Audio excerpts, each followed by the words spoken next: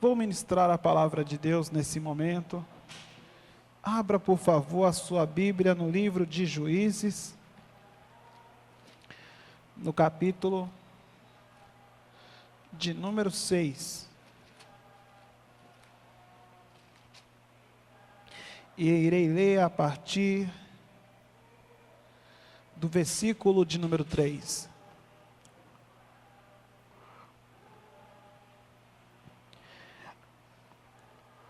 Livro de Juízes, capítulo 6, versículo de número 3, aonde lemos assim: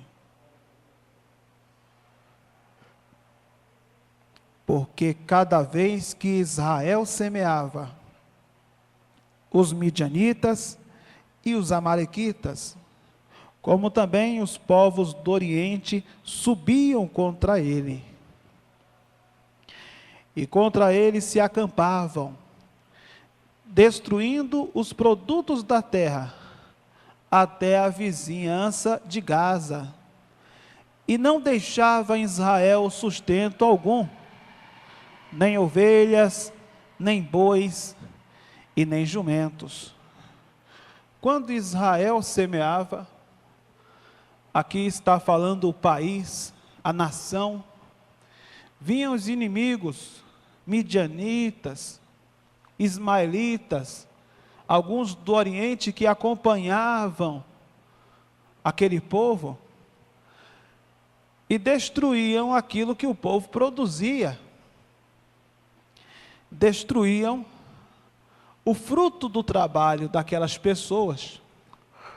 Você pode imaginar a pessoa trabalhar muito na terra, semeando, colocando a água, cavando, jogando a semente, tendo todo o cuidado, esperando com paciência o crescimento. E aí, quando está prestes a colher, vinham estrangeiros e consumiam o fruto do trabalho daquele povo. Quem não semeava era quem comia. E se eles não podiam comer, eles destruíam por uma maldade incrível no coração. Nós sabemos que quem tem uma terra, sempre tem um animal. No caso aqui, eles tinham ovelhas, tinham bois, tinham jumentos, e os inimigos também saqueavam, matavam ou consumiam aquelas ovelhas, bois, jumentos.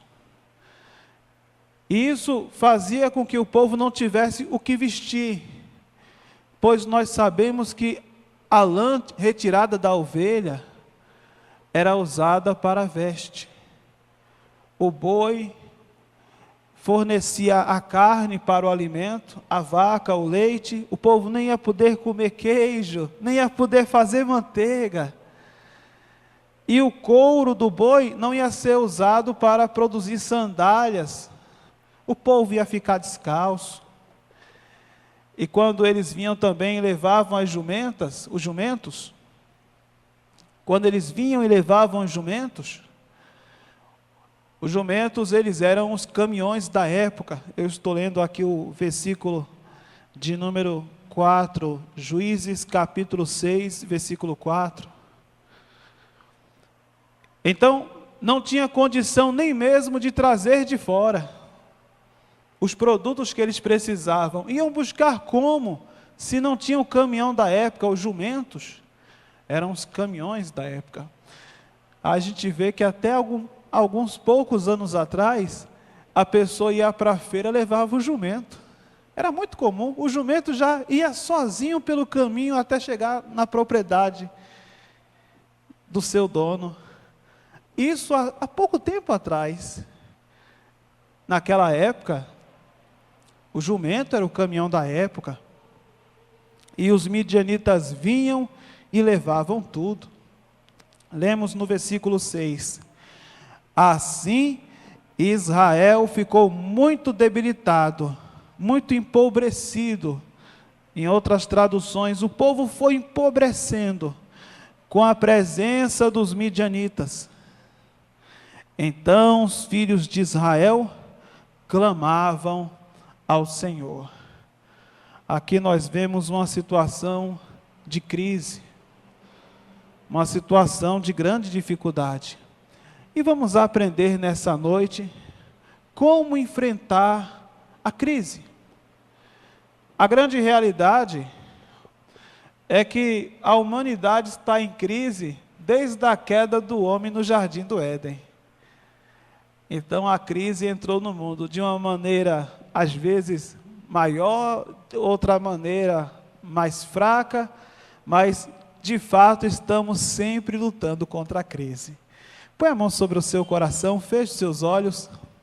Senhor meu Deus e Senhor meu Pai Todo-Poderoso, fala, meu Deus, com as tuas servas que estão aqui, fala a cada coração, e que essa pessoa venha a ser muito abençoada, e as pessoas que forem alcançadas por essa mensagem, que elas também sejam poderosamente abençoadas, no nome de Jesus, amém.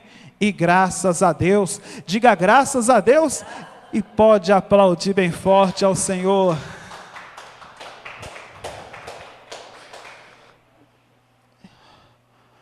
Crise é o tema do momento. Estamos vivendo um momento de crise no nosso país. Como nação estamos passando por uma crise. Mas isso não é uma novidade. Na palavra de Deus, a gente vê muitos homens fiéis que enfrentaram momentos de crise e nem por isso deixaram de viver as bênçãos da comunhão com Deus. No livro de Gênesis, no capítulo de número 12, e no versículo de número 1, temos Deus falando para Abraão assim: ora, disse o Senhor a Abrão, aqui o nome dele ainda era Abrão, sai da tua terra, da tua parentela e da casa de teu pai, e vai para a terra que te mostrarei. Deus chamando Abraão para ir para a terra prometida. E quando ele chega nessa terra, o que é que ele encontra? Versículo 10. Ele encontra a fome, uma crise. Havia fome naquela terra. Ora, Deus disse para Abraão: Abraão, vai para a terra prometida, a terra que eu te mostrarei. A terra da promessa. Quando Abraão sai da casa do pai, aonde ali ele tinha tudo, tinha uma vida equilibrada, uma vida tranquila. Quando ele chega na terra, enfrenta a fome. Parece algo assim, uma contradição. Ele chega na terra, enfrenta a crise. Mas Deus estava chamando Abraão para que ele viesse crescer como um homem, crescer na fé. E enquanto ele estivesse na casa do seu pai, ele nunca iria crescer. Então o que Deus queria fazer na vida de Abraão, era que ele aprendesse a depender apenas dele, e viver pela fé.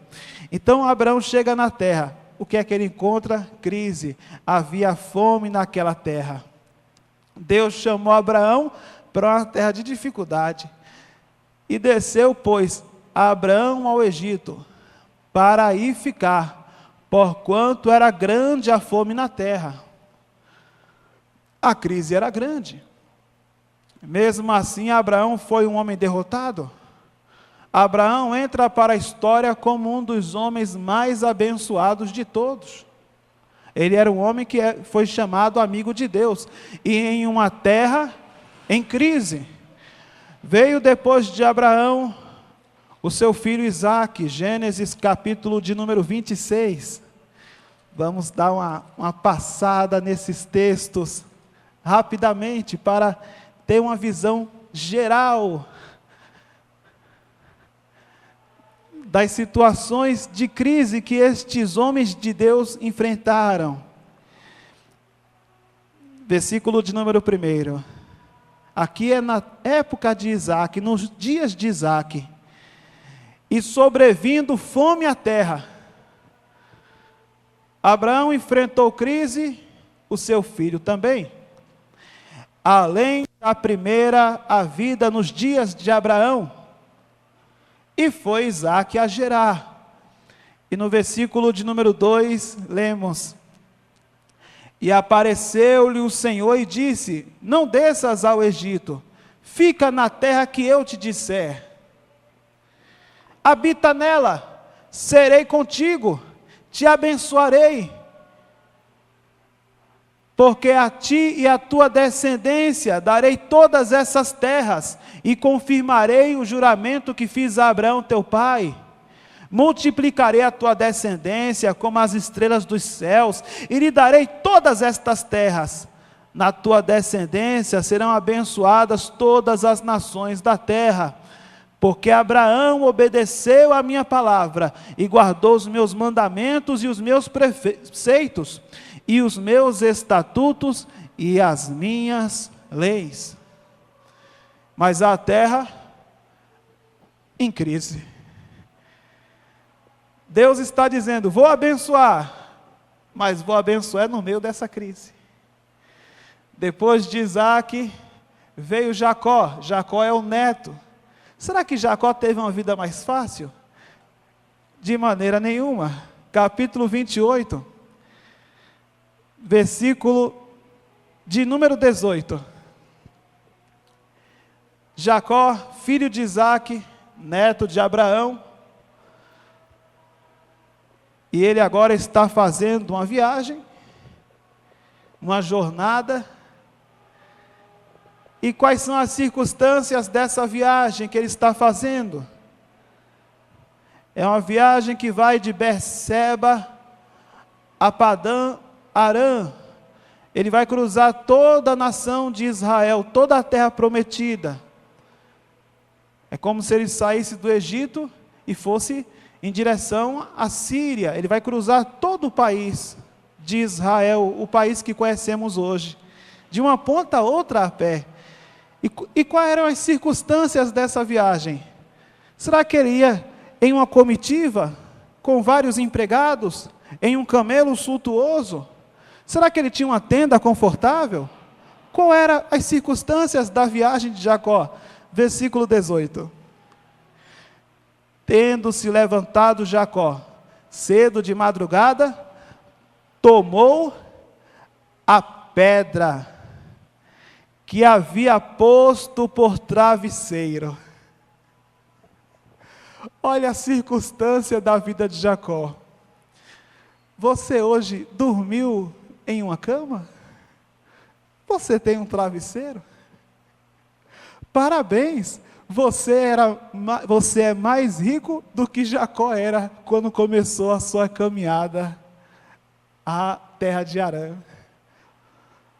Porque você não dormiu com uma pedra em sua cabeça. Vou preparar aqui minha cama. O chão empoeirado do deserto, o cobertor, as estrelas, e o meu travesseiro é uma pedra. Dormiu com a cabeça na pedra. No meio da crise, mais uma vez. Situação de dificuldade. E aí no versículo 20, ele vai dizer assim: E fez também Jacó um voto, dizendo: Se Deus for comigo e me guardar nesta jornada que empreendo, e me der pão para comer, e roupa que me vista, porque ele não tinha nem pão e nem roupa. Se ele está pedindo pão, é porque nem pão ele tinha. Se ele está pedindo roupa, é porque ele passava frio. No final da vida de Jacó, a gente vai ter esse testemunho dele, que ele passava calor e passava frio, porque não tinha roupas adequadas. Então ele vai dizer: se o Senhor me der pão, se o Senhor me der veste. Ele não tinha essas coisas. de maneira que eu volte em paz para a casa de meu pai. Então o Senhor será o meu Deus. Porque antes não era. Se ele está dizendo o Senhor será, porque antes não era o Deus de Jacó. Abraão, ele dizia, eu amo a Deus. Isaac dizia, eu amo a Deus. Jacó ainda não conhecia Deus. Ele conhecia o Deus do pai dele, Isaac, e o Deus do avô, mas ainda não era o seu Deus até esse momento. Então ele vai dizer, se o Senhor for comigo, me der pão, se o Senhor me der veste, se o Senhor me levar em paz para a casa do meu pai, o Senhor será o meu Deus. E a pedra que erigi por coluna será a casa de Deus, e de tudo quanto me concederes, certamente eu te darei o dízimo, colocarei o Senhor em primeiro lugar. Vou amar ao Senhor em primeiro lugar. Então, vemos aqui o exemplo de Abraão, o exemplo de Isaac, o exemplo de Jacó. Tem também o exemplo de José, que é o bisneto de Abraão, que passou por grande dificuldade na vida também, passou por um deserto, foi esquecido, foi preso, foi escravizado. Mas no final de sua vida, há uma grande bênção para ele. Gênesis, capítulo de número 49, versículo 22. E sabemos a história de José, e foi uma bênção muito especial. Ele se tornou governador do Egito, e abençoou muitos, de muitas nações. E temos a sua bênção aqui, no final de sua vida. Gênesis 49, 22. José é um ramo frutífero junto à fonte. Seus galhos se estendem sobre o muro. É uma bênção muito bonita. E é uma figura de linguagem muito bonita. Quando eu era criança, eu morava em uma casa que tinha um pé de carambola. Não sei se você conhece. Carambola é uma fruta que lembra uma estrela. E esse pé de carambola era tão abençoado. Ele ficava junto do muro da casa dos meus pais, que os seus galhos invadiam as casas dos vizinhos. E era uma coisa assim muito bonita, porque eu lembro que os vizinhos pegavam sacolas e sacolas, porque aquela árvore era uma árvore muito abençoada, dava para o nosso consumo, e os vizinhos ao redor também adoravam, porque os galhos invadiam as suas propriedades, invadia 3 propriedades, e eles, quando queriam, estendiam a mão e recebiam aquela bênção. Eu lembro que muitas pessoas iam na minha casa dizendo assim para os meus pais, para minha mãe e para o meu pai, deixa eu pegar um pouco dessa carambola. Aí eles vinham com os sacos e saíam assim, alegres. É uma figura que eu nunca vou esquecer da minha infância. Aquele pé de carambola foi realmente uma parte da minha infância. Então, quando José diz, ele será como um ramo que vai além do muro, olha que bênção é José.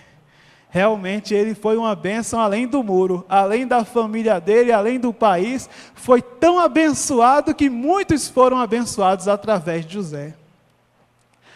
Estes homens viveram grandes bênçãos no meio da crise, no meio do deserto. Outra coisa muito interessante, a mulher de Abraão, Sara, Deus disse para Abraão, você será pai de uma multidão, mas Sara era estéril. Então veio Isaac casou com uma mulher chamada Rebeca, que curiosamente também era estéril. E veio Jacó, que a mulher que ele amava de verdade, a Raquel, tinha uma grande dificuldade também nessa área. Todas eram mulheres que tinham dificuldade para engravidar. O deserto era seco e também o ventre daquelas mulheres era um deserto, pois não tinha condição nenhuma de produzir frutos. E mesmo assim, naquele deserto e naquela esterilidade, Deus abençoou aqueles homens. Porque aqueles homens colocaram Deus em primeiro lugar. Então não é a crise. Porque crise sempre vai haver. É a pessoa, o povo de Deus, colocar Deus em primeiro lugar. E porque aquele povo lá de Juízes, no capítulo 6, estava passando por esses problemas, eles clamaram a Deus, e Deus enviou um profeta, e o profeta vai dizer que eles não estavam mais colocando Deus em primeiro lugar. Voltando lá para o texto onde começamos, onde iniciamos a mensagem, Juízes capítulo 6, e o versículo de número 7, esse é o povo que chegou à terra prometida, mas agora eles esqueceram de Deus, não colocam mais Deus em primeiro lugar, e agora esse povo está padecendo na terra prometida. Eram para estarem ali, vivendo as bênçãos, desfrutando da comunhão de Deus, mas eles estão padecendo. E lemos no versículo de número 7. Tendo os filhos de Israel clamado ao Senhor por causa dos midianitas, versículo 8, o Senhor lhes enviou um profeta, que lhes disse: assim diz o Senhor, Deus de Israel, eu é que vos fiz subir do Egito, e vos tirei da casa da servidão, e vos livrei da mão dos egípcios, e da mão de todos quantos vos oprimiam, e os expulsei de diante de vós, e vos dei a sua terra. E disse: eu sou o Senhor, vosso Deus. Não temais os deuses dos amorreus, em cuja terra habitais, contudo não destes ouvidos à minha voz. O profeta chegou e disse: vocês estão passando por isso? Porque vocês estão temendo os deuses dos amorreus. Temer aqui não é no sentido de ter medo. Lembra aquele texto que fala que o princípio, que o temor ao Senhor é o princípio da sabedoria? Temer é que eles estavam adorando esses deuses. Eles estavam se curvando diante desses deuses. Deus não estava mais em primeiro lugar na vida deles. Eles não amavam mais a Deus acima de tudo. E é sobre isso que essa palavra de hoje fala. Essa situação tinha se instalado porque eles não amavam mais a Deus, não colocaram Deus em primeiro lugar. Deus então vai levantar um homem chamado Gideão. Esse homem, Deus vai dar a ele uma visão, vai mudar primeiro os pensamentos dele. Ele tem um pensamento assim muito pequeno, ele aceitou aquela crise, e Deus vai ter que mudar isso nele, dizendo: Gideão, através de você pode haver uma mudança, através de você, você pode libertar o povo. Mude essa visão, mude essa mentalidade. Depois Deus vai dizer para Gideão: quebre o altar de Baal e reconstrua o altar a Deus. Então estes são os 3 pontos principais. Primeiro, a gente tem que olhar para a crise e saber que o nosso Deus é maior que qualquer crise. E não se apegar a essa crise, se abraçar a ela. A gente tem que olhar e ver pelos olhos da fé que toda a vida teve crise. Em todo o tempo teve crise. Todos os homens de Deus enfrentaram crise. Enfrentaram esterilidade e deserto. Mesmo assim, Deus é poderoso para abençoar os seus servos em qualquer lugar. Até mesmo Jesus estava no deserto, e depois de ser tentado pelo diabo, ali no deserto, não fora do deserto, mas no deserto, vieram os anjos e serviram o Senhor Jesus. Então, para Deus abençoar alguém, não é uma questão geográfica. Deus pode abençoar quem Ele quiser, mas devemos colocar Ele sempre em primeiro lugar. E devemos também destruir todos os altares. E devemos colocar sempre Deus em primeiro lugar e não ter outros deuses. O Senhor Jesus falou uma vez sobre isso. E é aqui que nós encerramos a mensagem. Evangelho de Mateus, capítulo de número 6. E o versículo de número 24. Aqui é um altar que existe no coração de muitas pessoas. É o altar ao dinheiro. Então o Senhor Jesus vai dizer assim: ninguém pode servir a dois senhores. Eu estou lendo Mateus 6, 24. Porque ou há de aborrecer-se de um e amar ao outro, ou se devotará a um e desprezará o outro. Os dois não dá. Ou serve a um, ou serve ao outro. Não podeis servir a Deus e às riquezas. Então, muitos estão colocando a riqueza como centro, até mesmo do seu culto a Deus. A pior coisa que ensinaram para as pessoas é que quando ela entrega uma oferta ou o dízimo, é em troca de uma bênção.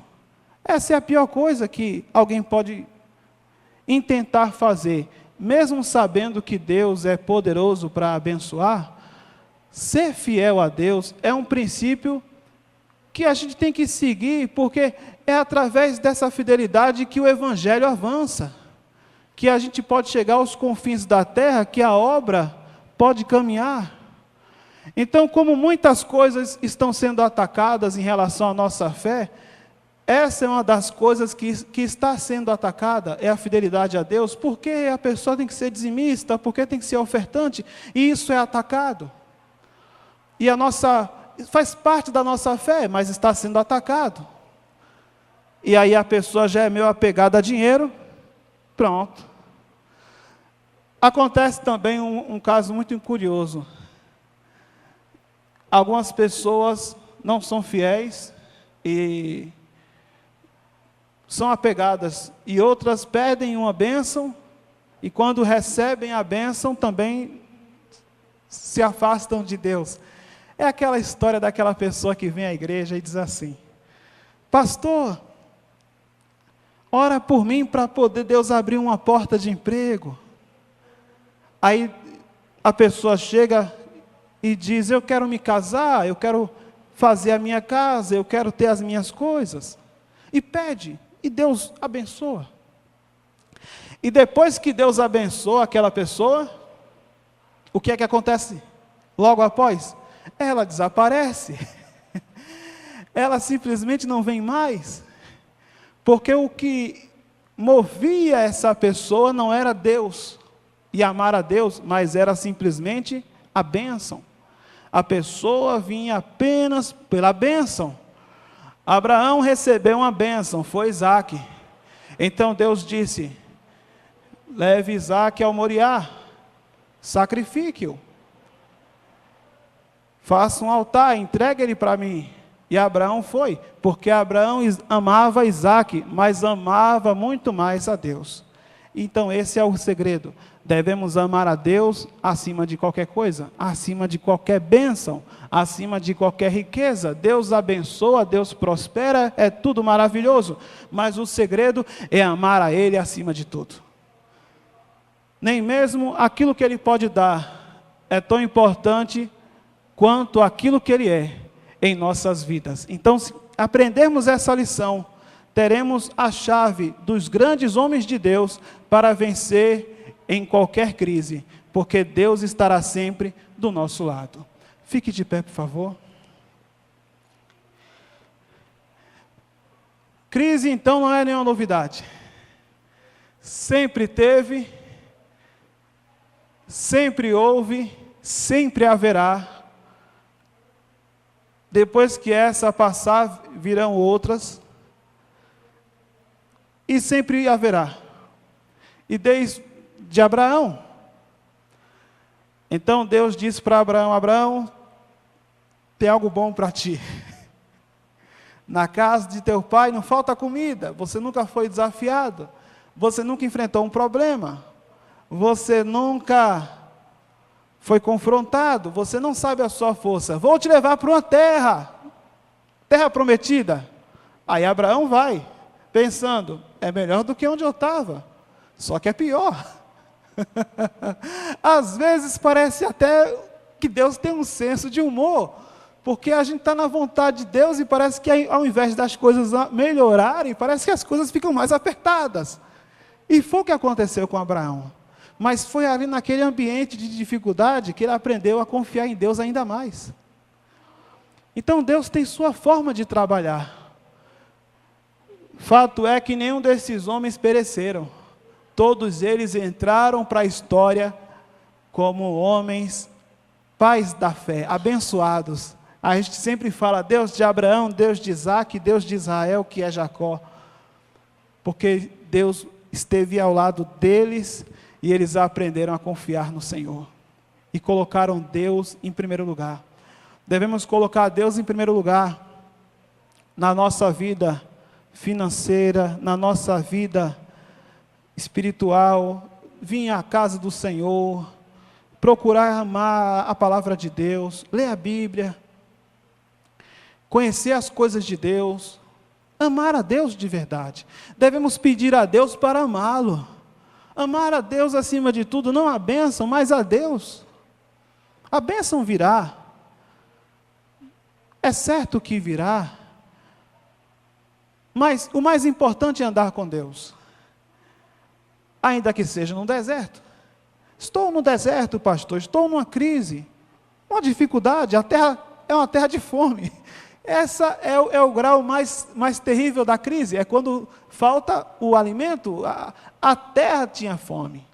Abraão andou numa terra de fome, Isaac andou numa terra de fome, Jacó não tinha nem pão para comer, José, como presidiário e escravo, nem sempre comia o que queria, mas eles andaram com Deus, e Deus estava ali sempre com eles, e eles aprenderam a amar a Deus. Então, quando nada mais restar em nossa vida, se andarmos com Deus, então temos tudo. Temos tudo. Porque Deus é o mais importante.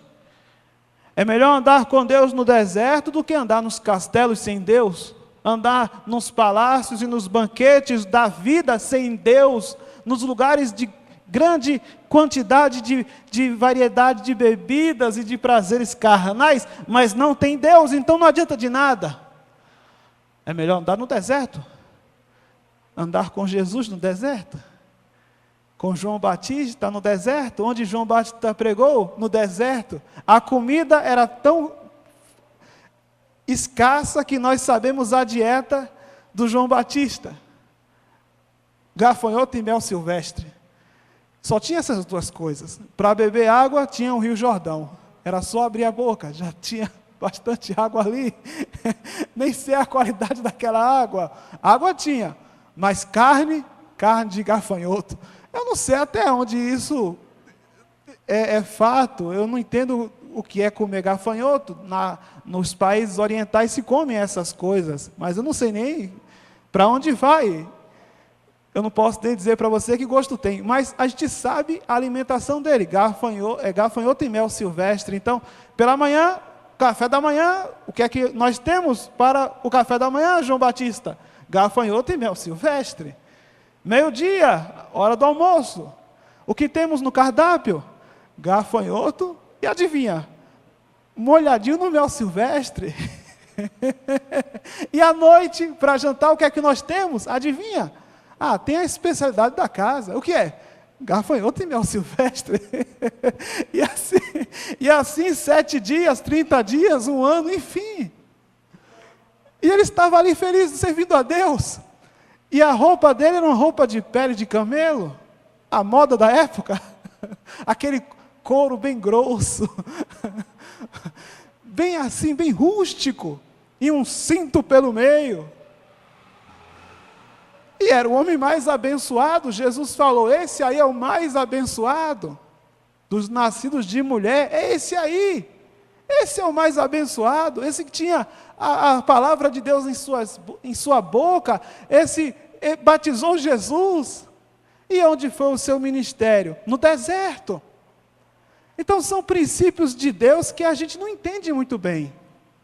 A gente acha que abençoado é simplesmente aquele que tem em grande abundância, de uma maneira assim que, enfim.